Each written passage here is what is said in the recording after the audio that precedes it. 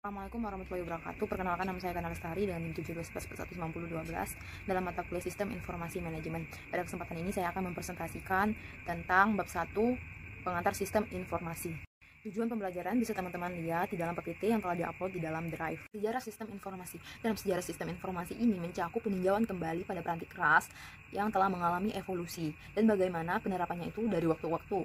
Dalam waktu yang sama, aplikasi komputer telah mengalami evolusi dari sebelumnya sederhana menjadi sistem yang mendukung manajer dan para pemecah masalah lainnya. Evolusi peranti keras komputer. Komputer yang kita kenal sekarang dapat dilacak kembali pada sebuah mesin yang disebut Electronic Numerical Integrator and Calculator (ENIAC) yang dikembangkan pada tahun 1946 oleh John W. Mackay and J. Pressburg Exart, dua orang insinyur di University of Pennsylvania. UNIVAC 1 yang pertama dipasang di sebuah organisasi pemerintah, Biro Census AS, pada tahun 1951. 3 tahun kemudian, jenis mesin yang sama dipasang untuk pertama kalinya di sebuah organisasi bisnis, General Electric. Komputer-komputer terdahulu itu disebut mainframe. Meskipun IBM bukan merupakan pembuat komputer yang pertama, IBM tidak membutuhkan waktu yang lama untuk menjadi yang terdepan dalam industri ini. Pada akhir tahun 1950-an, IBM telah memiliki lini produk penuh dan di pertengahan tahun 1960-an, perusahaan ini merevolusi industri komputer dengan memperkenalkan lini komputer IBM System 360. Oke, lanjut lagi ke komputer berukuran lebih kecil. Sistem skala kecil yang pertama disebut komputer mini atau mini komputer, yang dengan cepat diikuti oleh komputer yang lebih kecil lagi, itu namanya komputer mikro atau mikrokomputer. Nah, Apple dan Tandy merupakan pelopor di pasar komputer mikro. Ketika IBM memperkenalkan komputer mikronya yang disebut personal komputer atau PC pada tahun 1982, baik produk IBM maupun namanya itu diadopsi secara universal. Nah, komputer pribadi ini atau PC ini bersama dengan komputer mikro digunakan untuk menggambarkan sistem yang kecil, kuat, dan relatif tidak mahal yang dipergunakan untuk bisnis maupun pribadi. Oke, next selanjutnya itu hukum Moore. Nah, hukum Moore ini dari Gordon Moore. Gordon Moore ini adalah salah satu pendiri Intel yang muncul pada tahun 1960-an.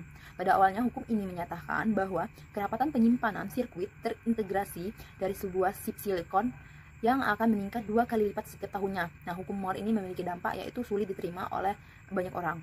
Oke, lanjut lagi ke pengantar arsitektur komputer. Nah, ketika seseorang memikirkan komputer, mereka seringkali memikirkan sekumpulan prosesor dan alat-alat input dan output. Nah, inti dari sebuah komputer yaitu adalah prosesornya.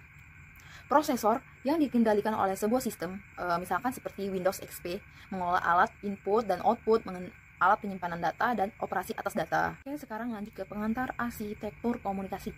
Nah, komunikasi antar komputer dibatasi oleh adanya fakta diprioritaskannya komunikasi telepon antar manusia. Standar dan prosedur di komunikasi telepon tidak pernah dimaksudkan untuk mengakomodasi komunikasi digital yang sangat cepat yang dibutuhkan oleh antar komputer. Nah, komunikasi antar komputer yang tidak mempergunakan sistem telepon publik biasanya itu yang jauh lebih cepat. Nah, standar komunikasi seperti ini itu mulai dikembangkan setelah sistem standar telepon publik selesai dikembangkan. Oke, kita lanjut ke evolusi di bidang aplikasi komputer. Nah, sistem informasi adalah suatu sistem virtual yang memungkinkan manajemen mengendalikan operasi sistem fisik perusahaan. Apa itu sistem fisik? Sistem fisik adalah sistem perusahaan terdiri atas sumber-sumber yang berwujud, misalkan bahan baku, karyawan, mesin, uang. Nah, kalau sistem virtual itu terdiri atas sumber yang digunakan, sumber informasi yang digunakan untuk mewakili sistem fisik. Nah, jadi beda. Kalau sistem fisik itu yang berwujud, kalau sistem virtual itu yang mewakili sistem fisiknya. Lanjut ke sistem pemrosesan transaksi. Nah, sistem berbasis komputer yang pertama itu disebut sistem pemrosesan data elektronik atau EDP, Electronic Data Processing System. Nah, data tersebut itu dikumpulkan dari semua sistem fisik dan lingkungan, lalu dimasukkan ke dalam basis data. Informasi itu adalah data hasil yang memiliki makna, biasanya belum diketahui oleh para pengguna. Oke, lanjut ke sistem informasi manajemen. Apa itu sistem informasi manajemen? Sistem informasi manajemen adalah suatu sistem berbasis komputer yang membuat informasi tersedia bagi para pengguna yang memiliki kebutuhan serupa. Jadi, sistem informasi manajemen ini dibuat untuk memberikan informasi kepada para pengguna yang memiliki kebutuhan itu yang sama, yang serupa. SIM atau sistem informasi manajemen ini menghasilkan informasi melalui penggunaan dua jenis perangkat lunak. Ada perangkat lunak pembuat laporan, ada perangkat lunak model matematis. Kalau perangkat lunak pembuat laporan ini menghasilkan laporan berkala maupun laporan khusus. Sedangkan model matematis ini menghasilkan simulasi atau operasi perusahaan. Oke, lanjut ke sistem kantor virtual atau virtual office system. Apa itu? Nah, kemampuan aplikasi otomatis kantor untuk dapat dilakukan di mana saja, melahirkan konsep virtual. Nah, virtual itu apa? Virtual itu melakukan aktivitas kantor tanpa tergantung pada satu lokasi fisik. Nah, maksudnya misalkan seorang manajer mengadakan pertemuan ke para staff-staffnya tanpa ke suatu lokasi fisik. Misalkan menggunakan aplikasi-aplikasi meeting seperti Zoom, mereka bisa menggunakan aplikasi itu tanpa ke suatu lokasi fisik tersebut. Jadi kantornya virtual, bisa dilakukan di mana saja dengan pihak-pihak yang terdapat di dalam perusahaan tersebut. Oke, lanjut ke sistem pendukung pengambil keputusan atau yang sering disebut DSS, Decision Support System. Apa itu? Itu adalah suatu sistem yang membantu seorang manajer atau sekelompok kecil manajer untuk memecahkan masalah. DSS ini dilakukan jarak jauh. Misalkan DSS yang dirancang untuk seorang manajer penjualan untuk menentukan tingkat komisi pekerjanya.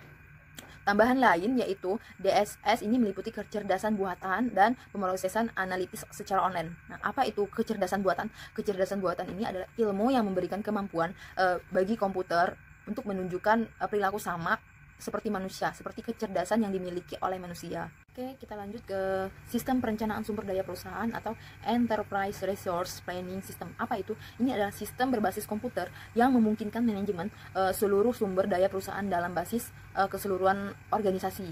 Nah, perangkat lunak ERP ini telah dipasarkan dengan telah memenuhi syarat Y2K untuk memastikan perusahaan-perusahaan bahwa sistem informasi yang digantikan tidak ada mengalami kesalahan yang diakibatkan oleh perubahan tanggal dari tahun 1999 ke tahun 2000.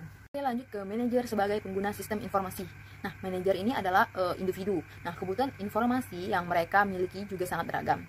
Di mana manajer itu bisa ditemukan terdapat beberapa tingkatan, ada 3 tingkatan menurut teoretikus manajemen Robert and Anthony. Memberikan 3 nama atau 3 tingkat. Yang pertama puncak, menengah, dan rendah. Nah, untuk tingkat yang pertama itu disebut tingkat perencanaan strategis. Kenapa disebut tingkat perencanaan strategis? Karena ini mengakui organisasi selama bertahun-tahun kemudian. Yang kedua itu tingkat kendali manajemen. Nah, tingkat kendali manajemen ini manajer tingkat menengah. Manajer tingkat menengah memiliki tanggung jawab untuk menjalankan rencana dan memastikan tujuannya. Nah, yang terakhir itu ada tingkat terendah. Tingkat terendah itu tingkat kendali operasional. Nah, disinilah operasi perusahaan benar-benar terjadi. Apa yang dilakukan oleh manajer? Nah, meskipun tingkat-tingkat manajer itu berbeda, namun mereka itu menjalankan fungsi yang sama. Sekitar tahun 1914, teoretikus manajemen asal Prancis Henry Fayol ini melihat bahwa manajer menjalankan 5 fungsi manajemen utama. Apa saja fungsi 5 itu? Yang pertama, merencanakan. Merencanakan maksudnya itu manajer itu merencanakan apa yang mereka lakukan. Yang kedua, berorganisasi. Maksudnya apa? Mereka berorganisasi untuk menjalankan rencana tersebut. Yang ketiga, mengisi. Maksudnya itu adalah mereka mengisi organisasi dengan sumber daya yang akan dibutuhkan nanti. Yang keempat, ada mengarahkan.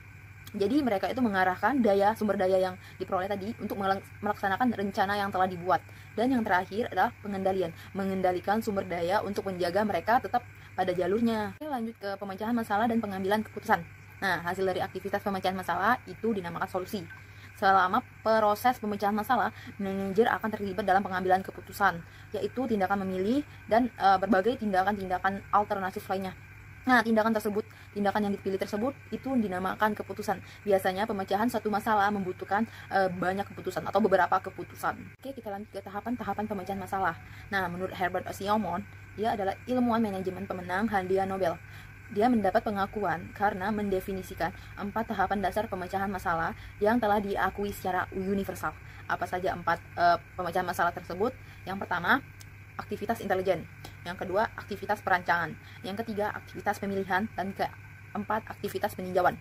Nah, untuk yang pertama itu, aktivitas intelijen itu mencari kondisi yang membutuhkan solusi di dalam lingkungan. Kalau perancangan itu menemukan, mengembangkan, dan menganalisis kemungkinan tindakan. Nah, kalau yang ketiga, aktivitas perancangan itu memilih satu tindakan dari berbagai tindakan yang tersedia. Dan yang terakhir itulah aktivitas peninjauan itu menilai pilihan-pilihan masa lalu. Oke, kita lanjut ke slide terakhir, yaitu masa depan teknologi informasi. Nah, kemajuan-kemajuan ini mengindikasikan bahwa di masa depan komputasi akan rendah biaya, berukuran kecil, bergerak, dan terhubung. Nah, untuk mengambil keuntungan dari segala kemungkinan tersebut, manajer harus belajar untuk menerapkan sistem informasi ke dalam pengambilan keputusan. Baiklah, cukup sekian presentasi dari saya. Apabila ada salah kata, mohon dimaafkan. Semoga apa yang saya sampaikan bisa bermanfaat bagi kita semua. Sekian dan terima kasih. Wassalamualaikum warahmatullahi wabarakatuh.